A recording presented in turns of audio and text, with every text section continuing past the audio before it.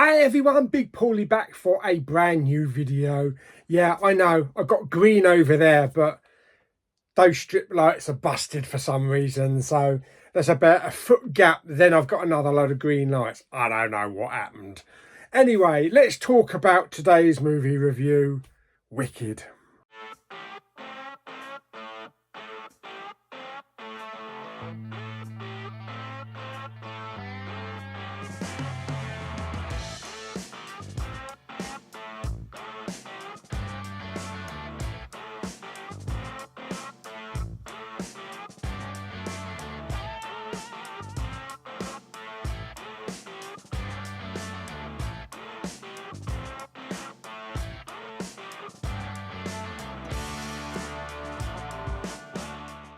Okay, so Wicked.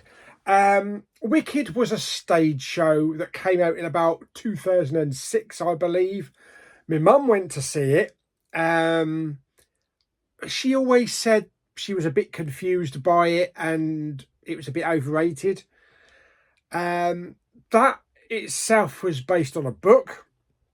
And of course, this is the story, this is the prequel story to The Wizard of Oz. Which we do get a glimpse of Dorothy and Toto and Tin Man and all the others at the beginning of this film. But this film follows mainly two characters. We've got Ariana Grande, who plays a character of Glinda. I'll get to her in a minute. And we have Cynthia, what's her name? Erivo, who plays Alphabet, yeah. First of all, it delves into a lot of modern day problems. Bullying, animal cruelty, popularity, that kind of stuff. Elphaba, played by Cynthia Erivo, is born green. She might be born green this side, she's not born green that side. And eventually she goes to Jizz University, which is kind of like a Hogwarts school for magic. She is tutored by a goat, voiced by a dwarf. And we also get Michelle Yeoh as well, who's kind of like the Professor McGonagall of the university. I've got to say the film was a bit long. It's 2 hours and 40 minutes. They could have easily trimmed off at least 30 to 40 minutes of it. There was a big lull in the middle when they were at Jizz University, and there's a lot of singing, there's a lot of dancing, there's a lot of unnecessary dialogue.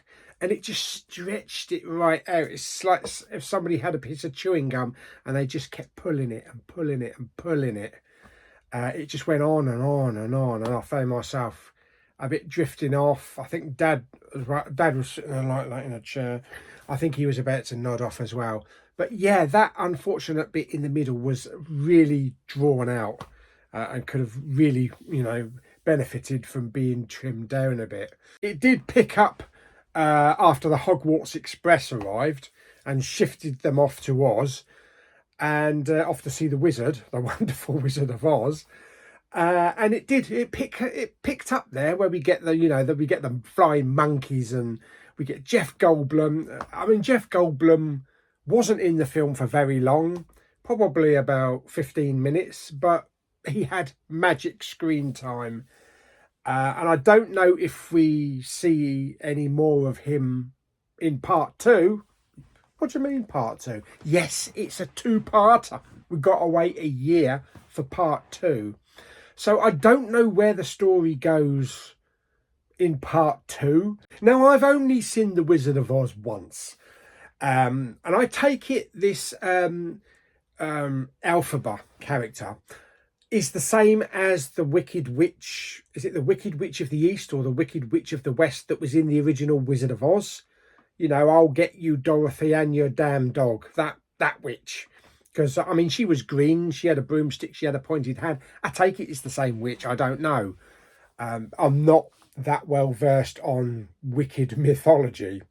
And like I say, I've only seen The Wizard of Oz once. I did see Oz the Great and Powerful, where Mila Kunis, she was the same character, I take it. It's kind of like I get mixed up with all the witches, because there were 4 witches in the original Wizard of Oz, but they've all had different names in different stories.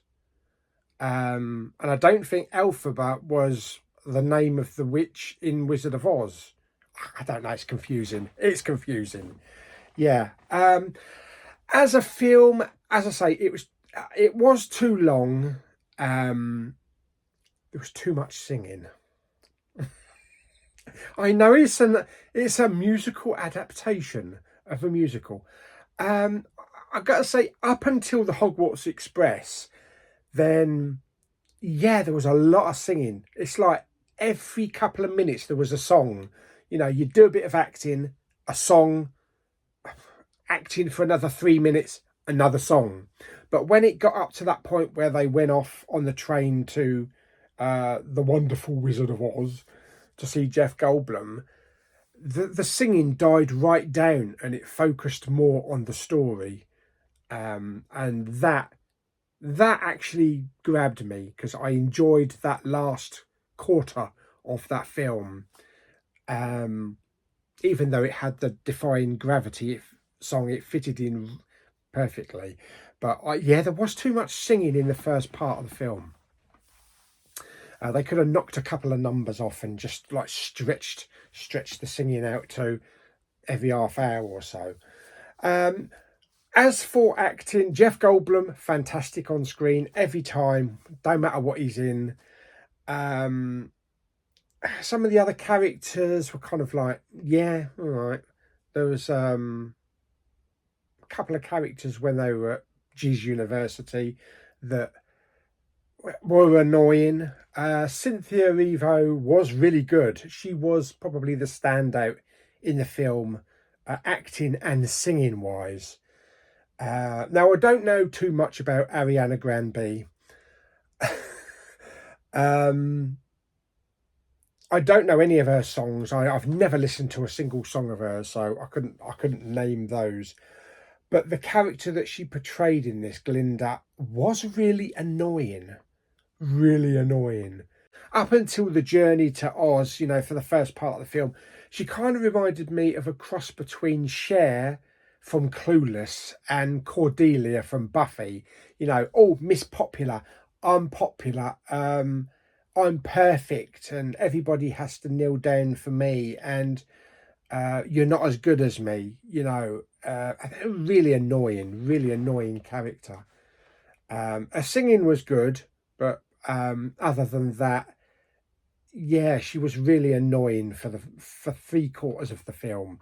But I did kind of like warm to the character at the end after the journey to Oz. So I hope she's not going to go back to that annoying character in part 2. Yeah, so there we go. I don't know where the story goes. It'd be interesting to see the trailer for the next film. We probably won't get that for a while. Whether or not I go to see it at the cinema, I probably will go to see part 2